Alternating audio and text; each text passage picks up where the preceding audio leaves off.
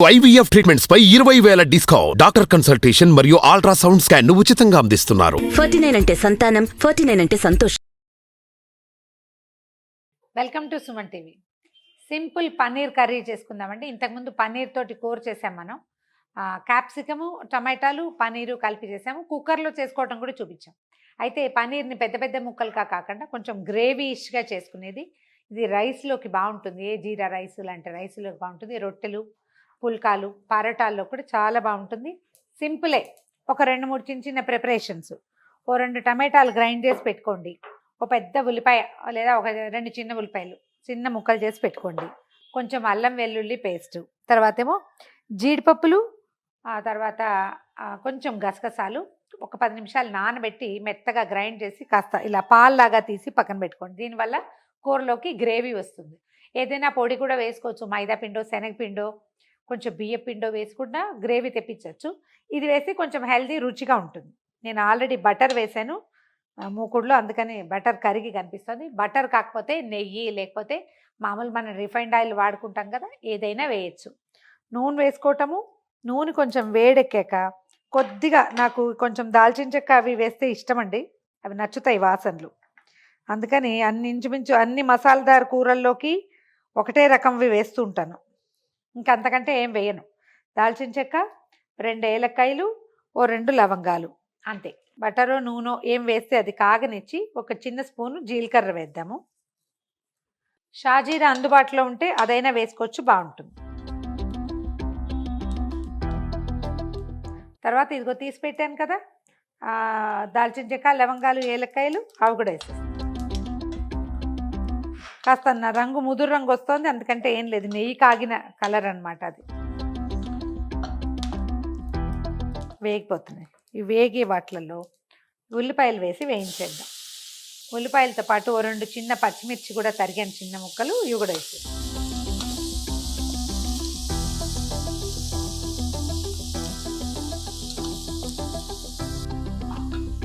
కొద్దిగా ఉప్పు చల్లుదాము. మనకి ఉల్లిపాయలు చకచక వచ్చేస్తాయి. ఇంకా బయట పారేసి ఆ రెండింటిని మళ్ళీ ఫ్రెష్గా తీసుకుందాం. నేను కొత్త బోల్డ్ అని తెచ్చి పెడతాను. నీకు ఎన్ని కావాలంటే అన్ని పాత పట్టలే మన దగ్గర. ఈ ఉల్లిపాయ మొత్తం వేగిపోయింది చూడండి. కొంచెం అల్లం వెల్లుల్లి పేస్ట్ వేస్తున్నాను, ఫ్రెష్ది, ఇప్పుడే తీసాను దీన్ని. ఇది కూడా వేగనిచ్చి అప్పుడు మిగిలిన పని చేద్దాం.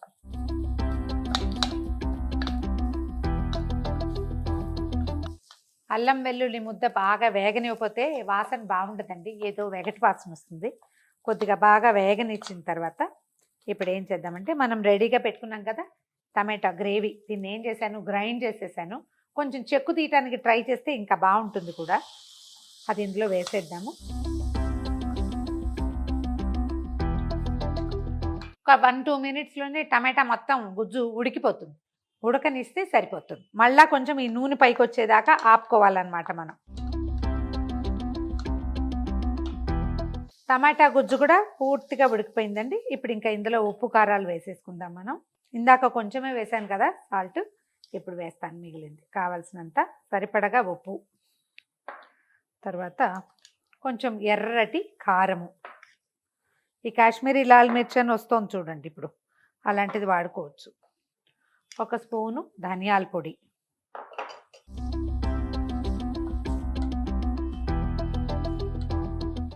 తర్వాత 1 స్పూను గరం మసాలా పౌడర్ వేద్దాము. దీనివల్ల ఈ కూరకి వాసన వస్తుంది అన్నమాట. ధనియాల పొడి ఇంకొంచెం వేసుకున్నా పర్వాలేదు. ఒక్కసారి ఈ పచ్చి మసాలాలన్నిటి కొంచెం వేగనిస్తే సరిపోతుంది. చూడండి ఎంత ఎర్రగా అందంగా కనపడుతుంది వస్తువు. ఉప్పు వేసాం కాబట్టి తడి వస్తుంది ఆటోమేటిక్గా.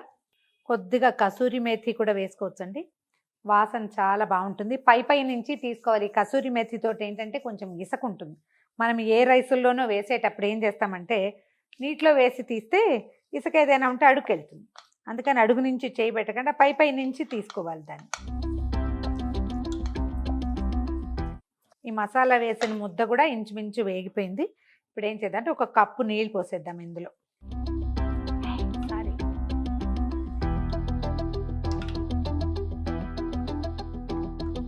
ఈ నీళ్లతోటి ఈ మసాలా ఉడికి తెరలే లోపల మనం ఏం చేయొచ్చు అంటే, ఇందాక నేను చెప్పాను జీడిపప్పు కొంచెం గసాలు వేసా, ఒక 6-7 పప్పులు, ఒక చిన్న స్పూన్ గసగసాలు ఆ పాల్లాగా రుబ్బి పెట్టాను, అది ఇందులో వేసేస్తాం.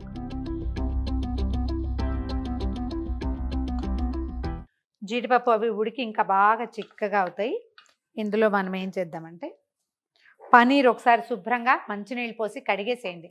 పనీర్ని మనం ప్యాక్స్ దొరుకుతున్నాయి, మనం ఇంట్లో చేసుకున్న పనీర్ అయితే మరీ మంచిదండి. పనీర్ చేయటం ఎలా అనేది ఒక వీడియో మన ఛానల్లో ఉంది, ట్రై చేయండి ఒకవేళ ఇప్పటిదాకా చూడకపోయి ఉంటే. మీకు ఇంటర్నెట్ నిండా రకరకాలు దొరుకుతాయి ఈజీగా. పనీర్, సోయా పనీర్ చేసుకోవటం ఎట్లా కూడా కనపడుతుంది కదా. ఎనీ టైప్ ఆఫ్ పనీర్ని మనం ఈ కూరలాగా చేసుకోవచ్చు.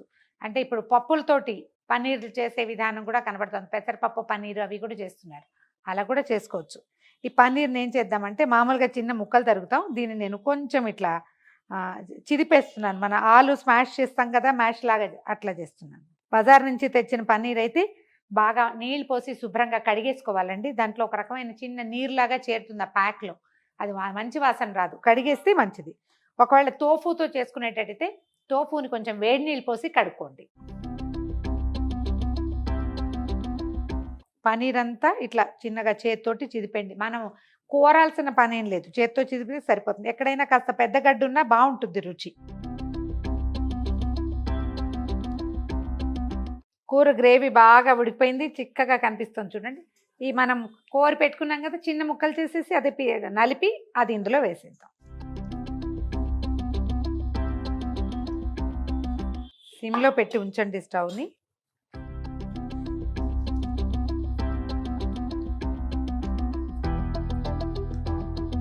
మామూలుగా మనం పనీర్ వేసుకునేటప్పుడు ఏం చేస్తామంటే పీసెస్ తరిగాక కొంచెం వేయిస్తాము కొన్నిసార్లు. పచ్చి ముక్కలు అలాగే పచ్చి పనీర్ని కూడా వేసుకోవచ్చు. ఇది ఒక 2 నిమిషాల పాటు గ్రేవీలో ఉడికిపోతుంది. 2-3 మినిట్స్ ఉంచండి, అంతకంటే స్టవ్ మీద ఉంచక్కర్లా. చల్లారితే ఇంకా కొంచెం చిక్కగా అవుతుంది. ఇప్పుడే చూడండి అంత దగ్గరకు వచ్చేసింది కదా. చక్కగా చేతి కొద్దీ కొత్తిమీర వేసి పైన ఒక చిన్న బటర్ పీస్ పెట్టి డైరెక్ట్గా ఇచ్చేసేయండి. దీన్ని చపాతీలోకి, రొట్టెల్లోకి, పరోటాల్లోకి, ఏదైనా ఇవి చేసుకుంటాం రైస్లు, బగారా రైస్ లేదా జీరా రైస్, వాటిల్లో చాలా బాగుంటుంది. వడ్డిచ్చే ముందు ఒకసారి ఉప్పు మాత్రం చూడండి. ఇంకా బుడగలు వస్తున్నాయి అంటే తయారైపోతుంది అన్నమాట. ఇది కొంచెం కొత్తిమీర వేసేద్దాము.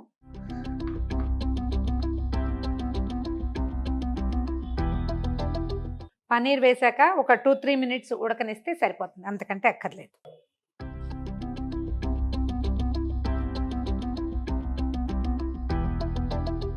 ఘుమఘుమలాడే పనీర్ మసాలా సింపుల్గా చేశానండి, ట్రై చేసి చూడండి. ఈ వీడియో కనుక మీకు నచ్చినట్లయితే లైక్ చేయండి, షేర్ చేయండి. మరిన్ని ఇంట్రెస్టింగ్ వీడియోల కోసం సుమన్ టీవీకి సబ్స్క్రైబ్ చేసుకోండి. సుమన్ టీవీలో మీ పర్సనల్ అండ్ బిజినెస్ ప్రమోషన్స్ కోసం కింది నెంబర్కి కాంటాక్ట్ చేయండి.